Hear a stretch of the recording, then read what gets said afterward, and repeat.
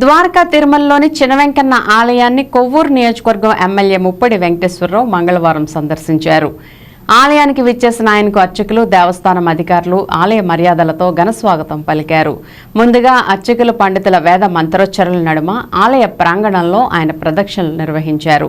అనంతరం బంగారు వాకిలి నుండి లోనికి వెళ్లి ఆలయ గర్భాలయంలో కొలువైన స్వామి, అమ్మవార్లను దర్శించి ప్రత్యేక పూజలు జరుపుకున్నారు. అర్చకుల నుండి వేద ఆశీర్వచనాన్ని పొందారు. ఆలయ ఏఈఓ మెట్టపల్లి దుర్గారావు ఆయనకు స్వామివారి ప్రసాదాలను అందజేశారు.